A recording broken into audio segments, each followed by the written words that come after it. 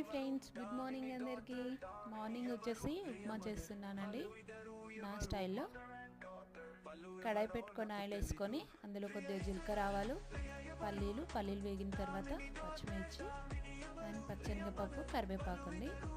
1 cup రవ్వ తీసుకున్నానండి. అది కూడా పోపులోనే వేసి వేయించుకోవాలి.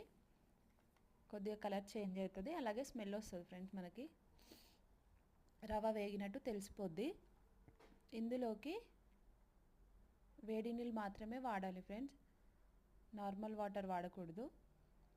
ఉప్మా పాడవుతుంది అలా చేస్తే, టేస్ట్ బాగోదు. 1 కప్కి 3 కప్పుల వాటర్ తీసుకున్నాను ఫ్రెండ్స్.